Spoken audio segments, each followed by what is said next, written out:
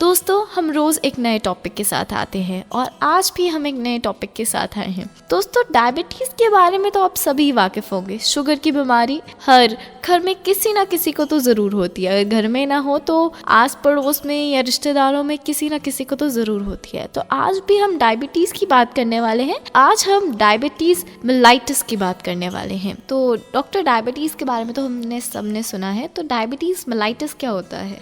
Diabetes और diabetes mellitus, it's actually diabetes आप short करके बोल देते हो उसको, डायबिटीज़ है। उसका फुल वर्ड या फुल फॉर्म डायबिटीज़ मेलाइटिस ही होता है इसका। हाँ जी। तो that is a scientific name for sugar की बीमारी के लिए। शॉर्ट में आप सब डायबिटीज़ बोलते हो। अब बात इतनी है कि ये प्रेगनेंसी में जो अफेक्ट करते हैं, जो औरतों को अफेक्ट करता है या लड़कियों को पहले हो सकता है, उसके बारे में क्या इफ़ेक्ट हो सकता है औरतों पर, बच्चों पर, या जो प्रेग्नेंट लड़कियां ने होना है या होने जो जिनको ये प्रॉब्लम हो जाती है पहले, उससे हमारी नारी पर क्या इफेक्ट होता है, उसके बारे में आपको कुछ बातें बताना चाहूँगी आपको। जी।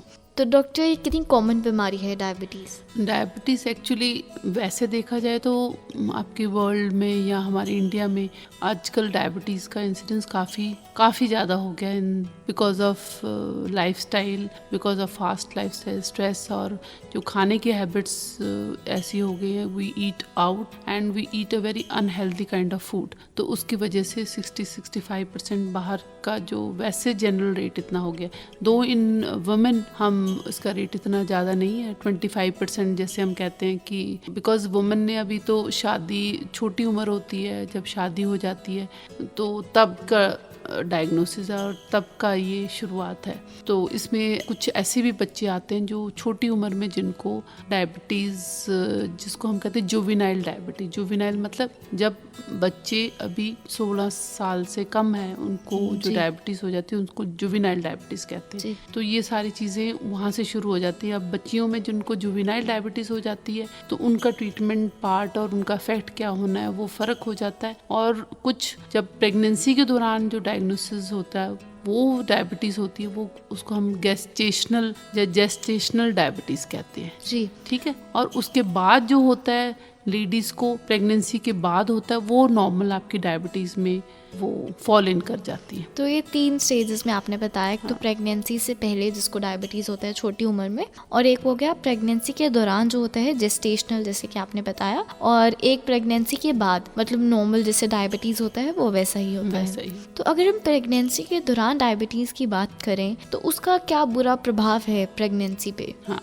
जो प्रेगनेंसी के दौरान उसमें ऐसे होता है, मदर है को तो कईयों को तो पहले ही है ना, शुरुआत से ही है, वो डायग्नोस्ड है, उनको पता है कि मुझे शुगर की बीमारी है, तो वो पहले ही डॉक्टर के पास आएगी कि मैंने अभी मेरी शादी हुई है, मैं क्या करूं, मुझे क्या करना चाहिए। उसको तो पहले ही पता होता है काफ़ी चीज़ें कि मैंने प्रेग्नेंट होना है, तो मैं किस तरह इसका ख्याल रखूं। तो उनको तो कोई प्रॉब्लम नहीं। जिनको प्रेगनेंसी के दौरान होती है तो उनको डायग्नोसिस की प्रॉब्लम होती है। लोगों को इल्म ही नहीं होता, लोगों को पता ही नहीं होगा कि प्रेगनेंसी में 5वें महीने से ये प्रेगनेंसी डायबिटीज़ शुरू हो जाती है। इसमें 15% लोग आ जाते हैं कि उनको शुरू हो सकती है। वो हमने डायग्नोसिस, इनका रूटीन में हमने एक शेड्यूल बनाया हुआ है कि हम हर एक पेशेंट जो हमारे पास आते हैं उनका फास्टिंग ब्लड शुगर करवाते हैं। दो it may not carry so much significance, but still हम थोड़े पेशेंट्स अलग कर लेते हैं, इन द सेंस कि फास्टिंग ब्लड शुगर जिनका ज़्यादा आया तो उनको हम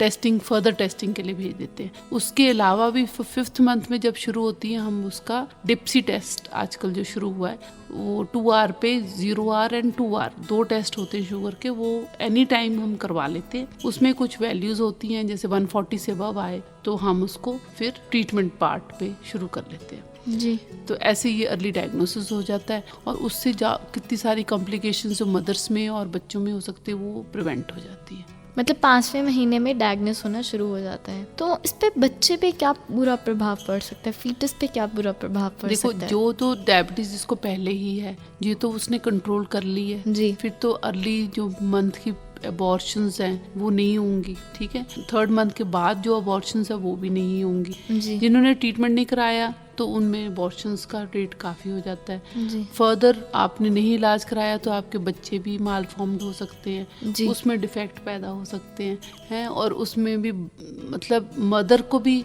काफ़ी जो आपको को में मेडिसिनल प्रॉब्लम्स काफ़ी आ जाए, इन द सेंस बार बार पेशाब जाएगी, बार बार भूख लगेगी है और उसको एकदम शुगर कम भी हो सकता है, कभी ज़्यादा भी हो सकती है। तो ये प्रॉब्लम्स मदर को काफ़ी है। जी और आपने 5 मंथ्स निकाल भी लिए तो उसके बाद भी रहा तो बच्चे बड़े बड़े हो जाते हैं, क्योंकि शुगर इतनी माँ की जो शुगर ना कंट्रोल होने की वजह से डायबिटीज़ इज़ एक्चुअली, इसमें आपको थोड़ा सा एलैबोरेट करके बताऊँ, डायबिटीज़ का मतलब होता है कि शुगर क्यों बढ़ती है। बेसिक क्या है कि हमारे अंदर पैनक्रियाज है, आइलेट सेल्स है जो एक इंसुलिन, एक सब्सटेंस बनाते हैं इंसुलिन, जिससे वो हम जितना भी शुगर या ग्लूकोज खाते हैं वो कन्वर्ट हो जाता है आपकी एनर्जी में या स्टोर हो जाता है ग्लाइकोजन में। तो अब इनमें क्या होता है, जो आइलेट सेल है वो कम हो जाते हैं या कम फंक्शन करना शुरू कर देते हैं या कईयों में बिल्कुल ख़त्म हो जाता है। जैसे जुवेनाइल में ऐसे होता है, बिल्कुल ख़त्म हो जाता है। क्यों ख़त्म हो जाता है? ये कई चीज़ जेनेटिक है, कईयों की एनवायरमेंटल फैक्टर्स से हो जाता है, बट इसमें प्रेगनेंसी में ऐसे होता है, कईयों में ये कम फंक्शन करना शुरू कर जाता है, तो उसमें वो ग्लूकोज ज़्यादा बढ़ जाता है ब्लड में। जब ग्लूकोज ज़्यादा बढ़ गया तो बच्चे को भी ज़्यादा ग्लूकोज जाएगा। जब बच्चे को ज़्यादा ग्लूकोज जाएगा तो बच्चा मोटा मोटा हो जाएगा। 5th मंथ तक अबॉर्शन नहीं हुई, पहले टाइम से पहले आपका बच्चा नहीं पैदा हुआ, तो उसके बाद जो बच्चा ना मोटे मोटे मोटे मोटे हो जाते हैं। नॉर्मल हम वेट 3 to 3.5 kg लेते हैं, इसमें ऐसे होता है 3.5 kg से ऊपर वेट शुरू हो जाता है, 4, 4.5, 5, 6 किलो के बच्चे मतलब हो जाते हैं। ओवरवेट हो सकते हैं, ओवरवेट बेबीज हो, क्योंकि शुगर ज़्यादा है बॉडी में, इंसुलिन आपकी कम पड़ गई है, ठीक है, आपकी शुगर हो जाएगी। उसमें माँ को ही है, पेशाब बार बार आएगा, प्यास ज़्यादा लगेगी, ठीक है, उधर बच्चे मोटे मोटे हो जाएंगे। उसके साथ क्या है, आपकी हार्ट बच्चे का वीक हो जाता है, हार्ट की प्रॉब्लम ज़्यादा होती है, बच्चे अंदर ही पड़े पड़े गुम हो जाते हैं, डेथ हो जाती है, जिसको हम कहते हैं इंट्रायूट्राइन डेथ कह देते हैं, IUD कह देते हैं, कि अंदर बच्चा खत्म हो गया। बेसिकली ये शुगर की वजह से बच्चे अंदर खत्म हो जाते हैं और कहते हैं बच्चा तो बड़ा अच्छा था, सेहत बड़ा अच्छा थी, अंदर से मरा हुआ निकला। अंदर से मरा हुआ नहीं, अंदर से वो बच्चे बड़े बड़े हो जाते ग्लूकोज की वजह से, बट जो उनके हार्ट कमजोर हो जाते। इतना बड़े बच्चे को हार्ट कैसे चलाएगा? हार्ट जो चलाने तो छोटे से बच्चे के लिए बनाना, हार्ट इतने बड़े बच्चे के लिए तो बना नहीं, तो वो हार्ट खत्म हो जाता है, इतना चला ही नहीं सकता, बच्चा खत्म हो जाता है। जी, मतलब ओवरवेट हो जाता है बच्चा और ओवरवेट से आगे और भी प्रॉब्लम्स हो सकती है, डेथ भी हो सकती है, जैसे कि काफी डायग्नोस आप ट्रीटमेंट नहीं कराओगे तो डेथ हो जाती है। जी, तो डॉक्टर इसके साइंस और सिम्टम्स क्या है, कैसे पता कर सकते हैं कि ये बीमारी है? जब माँ हमारे पास आती है रूटीनली तो 5th मंथ तक हमें भी नहीं पता लगता। सिर्फ जो थोड़े बहुत ज्यादा मोटे हैं या जिनको फैमिली हिस्ट्री है उनके तो हम रूटीन में करवा लेते हैं, जो टेस्ट करवाते रहते हैं तो हमें पता लगता है। सिम्टम्स कोई नहीं पेशेंट के साथ आता। जो अबॉर्शन आती है या जिसका टाइम से पहले बच्चा हो जाता है वो प्रॉब्लम्स तो है ही है, या बच्चे में कोई नुक्स है वो प्रॉब्लम्स हैं, बट उसके बाद की जो प्रॉब्लम्स हैं पेट को हम उसका तो 6वां महीना हमें देखने में 8वां महीना लगेगा। बच्चे हैवी वेट बच्चे लगेंगे, पेट में पानी ज़्यादा हो जाता है, बच्चे के आसपास जो पानी होता है वो भी, मोटा बच्चा होगा ज़्यादा पानी पिएगा, ज़्यादा सुसु करेगा, बहुत सारा सुसु करेगा, तो जो माँ के पेट में भी जो पानी ज़्यादा हो जाता है जिसको हम पॉलीहाइड्रोमनियस कह देते हैं, वो तो हमारी लैंग्वेज है, बट पेशेंट की लैंग्वेज में ये है कि वो पानी माँ के पेट में ज़्यादा हो जाता है, खूब बड़ा पेट हो जाता है। जी, उससे ये होता है, जो इतना बड़ा पेट हो जाना तो वो वेन्स और ब्लड पे भी वो जोर पड़ता है, उसकी वजह से पैरों में स्वेलिंग आ जाती है, खूब मोटे मोटे पैर हो जाते हैं जी माँओं के। तो फिर वो आके बताती हैं, कईयों के ब्लड प्रेशर ज़्यादा हो जाता है, ठीक है, और साथ में खून की कमी हो जाती है, तो फिर हमारे पास आते हैं खून की कमी है, मोटे मोटे पैर है, ब्लड प्रेशर है, फिर हम सारे टेस्ट करवाते हैं, शुगर निकल आती है। जी, ठीक है, तो दीज आर द फैक्ट्स। जी, जैसे कि डॉक्टर ने भी कुछ बहुत सारे साइन सिम्टम्स बताए, पेट में पानी का ज़्यादा होना और पैर सूजे होने जैसे कि बताया, तो ये साइंस और सिम्टम्स हो सकते हैं। कुछ और भी साइंस और सिम्टम्स बताए, तो अब हम जानते हैं इसका डायग्नोस कैसे किया जाता है। हम इसका ना हर एक पेशेंट स्क्रीनिंग के लिए, जिसको कहते हैं हम स्क्रीनिंग प्रोग्राम्स हैं, जो हम हर एक पेशेंट का स्क्रीनिंग करते हैं, वो डिप्सी टेस्ट करते हैं। जी, वैसे तो हमने fasting blood sugar first 3 months में रख रखा है, जो फर्स्ट 3 मंथ्स में डायग्नोस होगा उनका फास्टिंग ब्लड शुगर ज़्यादा होगा, अबव 90 का भी हमने कट आउट रखा हुआ, कईयों ने 95 का कट आउट रखा हुआ है। तो उसके अलावा भी डिप्सी टेस्ट हम उसको कहते हैं, या शुगर टेस्ट, बेसिक पेशेंट को बताने के लिए शुगर टेस्ट है हम कहते हैं उनको, तो वो अब जब पेशेंट आता है तब करते हैं और 2 घंटे बाद जी कुछ शुगर या ग्लूकोज दे के उसको कर लेते हैं। जी ठीक है, उसमें हम कुछ वैल्यूज देखते हैं कि 140 से ज़्यादा ना हो, तो हुआ तो फिर हम कुछ इससे बड़ा टेस्ट भी कर लेते हैं, नहीं तो उसको फिर पेशेंट को शुरू हो जाती है एडवाइस जी कि आपने अब खाने पीने में क्या करना है। इस तरह से हम डायग्नोस कर लेते हैं। जी। प्लस अल्ट्रासाउंड कर लेते हैं ताकि बच्चे का वेट एक बेसिक पता लग जाए कि कितना है। ठीक है, पानी कितना है, बच्चे में कोई नुक्स तो नहीं हार्ट में, जी ठीक है, और कोई पेशाब वाली जगह में नुक्स तो नहीं है। बस ये 3-4 चीज़ें हम देख लेते हैं। जी। जो नॉर्मल टेस्ट होता है प्रेगनेंसी में उसमें ये कवर हो जाता है। हाँ। उसी में कवर हो जाता है। तो डायग्नोस ये हर प्रेग्नेंट औरत का हो ही जाता है ऑलमोस्ट। हाँ, वी ट्राई टू कि सबका हो जाए। जी। तो डॉक्टर इसके साथ एसोसिएटेड प्रॉब्लम्स क्या हो सकती है, कॉम्प्लिकेशंस क्या हो सकती हैं? कॉम्प्लिकेशन तो जैसे मैंने आपको बताया कि बच्चा खूब बड़ा हो सकता है, पानी में भी कमी आ सकती है, पानी ज़्यादा होता है वैसे इन केसेस में जी ज़्यादा हो जाता है, तो बच्चा टाइम से पहले भी हो सकता है, मतलब बच्चा मर भी सकता है। ठीक है, और बच्चे माँ का भी खून कम हो जाता है, बच्चे का भी खून थोड़ा ज़्यादा बढ़ जाता है, पॉलीसाइथीमिया हो जाता है इसमें। जी मतलब डायबिटीज़ इज़ वन थिंग जिससे हम कहते हैं कि बचना चाहिए और ठीक हो सकती है, बिल्कुल ठीक हो जाता है और बच्चा ठीक ठाक निकल सकता है, ये थोड़ा सा ट्रीटमेंट ले दो। जी। प्रॉपर ट्रीटमेंट की ज़रूरत है, तो अगर प्रॉपर ट्रीटमेंट मिल जाए तो सब कुछ ठीक हो सकता है, माँ भी और बच्चा भी। तो डॉक्टर इसका ट्रीटमेंट के बारे में हम बात कर रहे हैं, तो इसके ट्रीटमेंट के बारे में भी जान लेते हैं कि ये कैसे किया जाता है। ट्रीटमेंट में देखो, पहले तो हम सिर्फ डाइट कंट्रोल ही बताते थे कि आप डाइट कंट्रोल करो, जिसमें हम डाइट को मैं आपका एलैबोरेट कर दूंगी बाद में। तो डाइट से ठीक हो जाए ठीक है, नहीं तो सेकंड हमारे पास ऑप्शन कुछ नहीं रहती थी इंसुलिन के अलावा। हम इंसुलिन लगाते थे, उसको इंजेक्शंस लगाते थे, तो ब्लड कंट्रोल रखते थे शुगर, तो जितनी कंट्रोल रहती थी उसके बाद डिलीवरी प्लान करते थे। जी। तो अब ज़माने में ऐसे आ गया कि we have started giving drugs, मतलब दवाइयाँ जो कि शुगर को कंट्रोल कर सके। पहले वो दवाइयाँ को कुछ ट्रायल्स नहीं हुई थी और वो विदहेल्ड करी हुई थी कि नहीं देखना, और उसमें कोई नुक्स आ सकता है। हम कहते हैं कि हम जेनेटिक बच्चे में कुछ प्रॉब्लम आ सकती है, इसलिए हम देने का परहेज करते थे वो। बट अब वो ट्रायल्स ठीक हो गई हैं, तो उन्होंने अलाउ कर दिया है कि you can give drugs diabetes के लिए during the pregnancy also, so that it can be treated through drugs. Injection लगाने की ज़्यादा ज़रूरत नहीं पड़ती।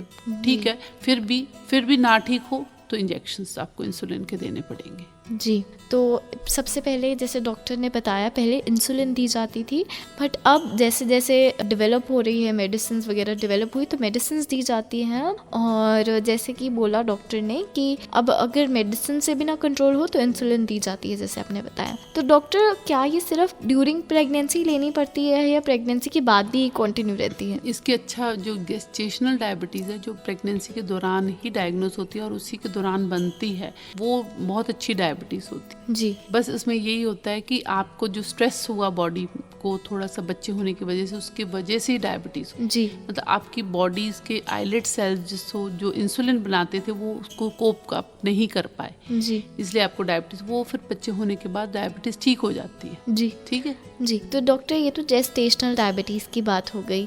जिन लड़कियों को पहले ही डायबिटीज़ है और जो कंसीव करने वाली है, तो वो पहले से शुरू कर देती होंगी मेडिसिन लेनी? हाँ, वो तो ऑलरेडी ले रही होती है। हाँ जी, वो ऑलरेडी ले रही होती है, जी, या जी। इंसुलिन ले रही हूँ या गोली ले रही हूँ। जब प्रेगनेंसी कंसीव करना है तो they can switch over to some safer drug. ठीक है, ड्रग हम उनको वो बता देते हैं ये नहीं ये लेनी, बस तो ये बहुत ज़रूरी है कि जिनको पहले भी डायबिटीज़ है और वो कंसीव करने वाली हैं, वो सेम ड्रग्स अपने कंफर्म करवा लें डॉक्टर को, जो बच्चे के लिए खतरनाक ना हो, हार्मफुल ना हो। तो अब हम जानते हैं इसको प्रिवेंट कैसे कर सकते हैं, जो कि सबसे अच्छा, अगर हम इसको पहले ही प्रिवेंट करें तो बहुत सारी प्रॉब्लम पहले ही सॉल्व हो जाएगी। एक्चुअली डायबिटीज़ में, जो प्रेगनेंसी में डायबिटीज़ होती है, उसको प्रिवेंट करना तो मुश्किल है, इन द सेंस कि वो खुद ही प्रेगनेंसी की वजह से, स्ट्रेस की वजह से ही वो प्रेसिपिटेट हो जाती है। प्रेसिपिटेट मतलब आपको प्रेशर पड़ा, प्रेगनेंसी का प्रेशर पड़ा और वो अंदर वो बॉडी वो कर नहीं पाई और वो आपको डायबिटीज़ हो गई। जी। बट फिर भी हम कहते हैं कुछ वेट गेन कम हो, कहीं बहुत मोटी ओबीज होती हैं लेडीज़, तो उनको ज़्यादा खतरा होता है कि डायबिटीज़ बनने का, इवन इन प्रेगनेंसी also. जी। So we tend to say कि आप वेट इतना मत गेन करिए और फिर थोड़ा इंसिडेंस कम हो जाता है, बट स्टिल इट कैन, मतलब इट इज़ प्रिवेंटेबल तो बहुत कम होगा, it under the stress of pregnancy हो जाता है। जी। अब बात ये कि ट्रीटमेंट पार्ट में, हम डाइट पार्ट में जो है वो काफ़ी हम स्ट्रेस करते हैं कि डाइट आप अच्छी रखिए, in the sense they should not be taking too much of fat. जी। ठीक है, कार्बोहाइड्रेट भी आपने लिमिटेड लेना है, पूरा बैलेंस्ड आपके वेट के हिसाब से डाइटिशियन हमारी कैलकुलेट करके बना देती है, सवेरे दोपहर शाम क्या डाइट खानी है, रात को उठ के क्या खानी है, ताकि हाइपोग्लाइसीमिया ना हो कि बहुत शुगर कम हो जाए, वो भी नुकसान है बच्चे को। जी। ठीक है, और आपने शुगर मॉनिटरिंग बहुत ध्यान से करनी होती है, इन द सेंस जब आप मेडिसिन भी ले रहे हो तो हम बीच बीच में 7 पॉइंट टेस्ट भी करवाते रहते हैं। 7 पॉइंट टेस्ट मतलब हम ब्रेकफास्ट से पहले, ब्रेकफास्ट के बाद, लंच से पहले, लंच से बाद, डिनर के पहले, डिनर से बाद और आधी रात को। जी। ये 7 पॉइंट टेस्ट होता है जो हम फिर एक बार जरूर करवा लेते हैं और फिर रिपीटेड करवाते रहते हैं, ताकि वो शुगर कंट्रोल रहे। बहुत कम भी नहीं होनी चाहिए, ज़्यादा भी नहीं होनी चाहिए, बिल्कुल कंट्रोल में रहे, तो सारी कॉम्प्लिकेशंस कम हो जाती हैं। जी। बहुत कॉम्प्लिकेशंस कम हो। तो डाइट में क्या क्या आप बोलते हैं, कुछ स्पेशल चीज़ें भी बोलते हैं लेने के लिए? डाइट में हम कैलोरीज तो फिर हम कम करेंगे ना। दूध लेना, दूध से शुरू हो, दूध को मलाई निकाल दो, बट दैट दूध भी आप जितना आपको डिस्ट्रीब्यूट करा गया है, suppose 1 kg of milk daily है तो आप उसको डिस्ट्रीब्यूट कर लोगे मलाई उतार के। ठीक है, बिस्किट्स भी आप स्वीट बिस्किट्स नहीं लोगे, आप वो वाले बिस्किट लोगे जैसे हम कहते हैं बेसन के बिस्किट्स होते हैं, though they are difficult to prepare. Besan and soya के बिस्किट्स जो होते हैं उसमें कैलोरी बहुत कम होती है। जी। ठीक है, और वो उसमें कैलोरी आपकी बढ़ती नहीं, और वो कुछ ऐसी एनर्जी होती है, इंस्टेंट नहीं मिलती आपकी एनर्जी, और आपको स्लो रिलीज होती रहती है, आपको शुगर नहीं बढ़ती। जी। ठीक है, तो और जो खाने में भी आपने ऐसे नहीं कि पोटैटोज खाते रहो, ठीक है, प्रोटीन फूड लोगे, और जैसे दाल्स हैं, छिलके वाली दाल है, वो भी लिमिटेड क्वांटिटी में, ऐसे नहीं कि वो भी डब्बा भर के खा लो, वो भी लिमिटेड, आपको पूरी मात्रा में तोल के। फुल्का भी कोशिश करो कि बेसन का फुल्का खाया जाए, जी, उससे शुगर नहीं बढ़ती। जी। और ये डाइट में आप जैसे सर्दियाँ हैं तो आप मूली की सब्जी, ठीक है, अदरक की सब्जी है, और गर्मी है तो करेले की सब्जी, जी, और बाकी दाल्स हो जाएंगी, बट नॉट राजमा, और ये तो ले सकते हो आप राजमा, चने, बट वो ना क्वांटिटी लिमिटेड रखनी पड़ती है। जी। ऐसे नहीं कि टू मच, बट हाँ ऐसे नहीं कि आप टू मैनी मैंगोज का भी पहले तो मना करते थे, अब हम कहते हैं 1 फाड़ी आप ले सकते हो। जी। ठीक है, गुड स्टोर्स। बाकी आप बहुत खरबूजा वाला भी बहुत मीठा माना जाता है, आज फीका वाला हो तो ठीक है। जी। बेर ले सकते हो आप, अमरूद काफ़ी क्वांटिटी में ले सकते हो आप। जी। ठीक है, ग्रेप्स कम लोगे शुगर वाले। जो रोटी भी है ना, हम लोगों को ये नहीं पता लगता कि रोटी में भी शुगर होती है। जी। तो रोटी भी अपने लिमिटेड लेनी होती है। हाँ जी, तो डॉक्टर ने बहुत सारी अच्छी चीज़ें बताई डाइट के बारे में। बेसन की रोटी खाओ, जो भी आप लो उसकी क्वांटिटी तय करो कि आपने कितनी क्वांटिटी खानी है। अपनी डाइटिशियन, अपनी डॉक्टर से कंसल्ट करो कि कितनी क्वांटिटी खानी है, उसको डिवाइड करके खाओ, ताकि आप भी हेल्दी रहो और आपका बच्चा भी हेल्दी रहे। तो डॉक्टर, जैसे मूड स्विंग्स बड़े होते हैं कहते हैं प्रेगनेंसी में, तो कई बार ऐसा खाने का कुछ मन करता है जो डायबिटीज़ के लिए शायद ना अच्छा हो। बहुत बारी हम कुछ मीठा खाने का उनका ज़्यादा मन करेगा, तो उसको कैसे कंट्रोल कर सकते हैं? एक्चुअली मूड स्विंग्स में आता है ना, फर्स्ट 3 मंथ्स में होता है वो ज़्यादा, तो जिनको तो डायबिटीज ऑलरेडी है, जी, उनको तो पता ही होता है, जी, ठीक है, दे कैन टेक केयर। और जिनको पता ही नहीं है, अब 5th मंथ में पता लगना है या 5th मंथ में डेवलप होनी है, तो वो ज़्यादा कोई फ़र्क नहीं पड़ता तब तक। तो इसका कुछ ज़्यादा फ़र्क नहीं है। फ़र्क नहीं पड़ता। बाद में डाइट का 5th मंथ के बाद शुरू होती है डाइट, वो 3 मंथ्स ही रह जाते हैं। 3 मंथ्स मेरे को ऐसा लगता है नॉट अ बिग इशू। जी। आप कम भी खा लोगे, थोड़े लिमिटेड खा लोगे तो क्या फ़र्क पड़ता है। जी। You will have a good baby with you, है ना। हाँ जी। बच्चा तो हेल्दी होगा आपके साथ। जी जी। तो डॉक्टर, ये डेंजर्स की बात तो हमने करी थी कि बच्चे की डेथ भी हो सकती है, ओवरवेट हो जाता है बच्चा, तो और मदर को क्या कॉम्प्लिकेशंस हो सकती है, और मदर और बच्चे के लिए, दोनों के लिए कितना डेंजरस हो सकता है? देखो, मदर का तो ब्लड प्रेशर बढ़ने के बड़े चांसेस होते हैं, है ना, HPV आपका एनीमिया कम हो जाता है, तो ये 2 बहुत बड़े फैक्टर्स होते हैं जो हम सोचते हैं कि पेट इतना बड़ा हो जाता, पानी उसमें बच्चे में ज़्यादा हो जाता जी, इतना डिस्ट्रेस्ड मदर होती है ना। आप डायबिटिक मदर देखोगे, आपको वैसे ही तरस आता है उनके ऊपर, जो अनकंट्रोल्ड हो, जो जी, जो कंट्रोल्ड है they are like normal, alright, जो कंट्रोल है बिल्कुल नॉर्मल की तरह होती है, जो अनकंट्रोल होती है तो बड़े बेचारी तरस वाली कंडीशन में होती है। जी। तो इतना बड़ा पेट, इतना सारा पानी, उसमें ब्लड प्रेशर बढ़ जाता है और फिर उसके साथ और कॉम्प्लिकेशन जब बच्चा होगा तब और प्रॉब्लम्स क्रिएट होंगी।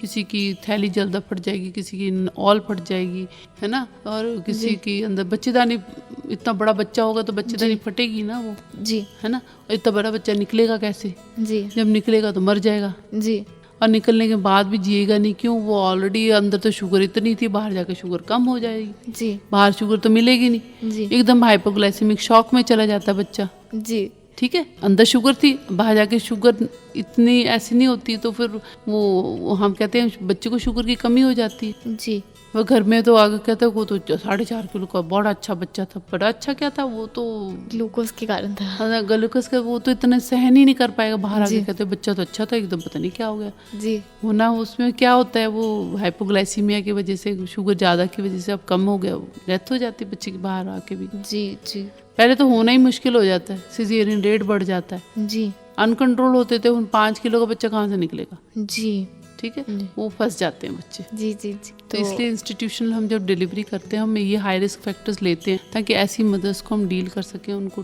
प्रॉपर ट्रीटमेंट दे सकें, उनके बच्चे बचा सके। बाकी को तो 80% के तो बच्चे आते रहते हैं धड़ाधड़, वो तो आराम से आ जाते हैं जो नॉर्मल होते हैं। जी, जो हाई रिस्क को इन्हीं केसेस को हमने बचाना होता है। तो डॉक्टर जाते जाते हमारे लिसनर्स के लिए एक छोटा सा फाइनल मैसेज। बस फाइनल मैसेज ये है कि सभी जो गर्भवती माएँ हैं अपना चेकअप जितना हो सके, देखो 2 या 3 बच्चे पैदा करने, सारी उम्र निकल जानी है ना, जी, तो कोशिश करा करें अस्पताल में आए, अपना चेकअप करा लिया करें, जी।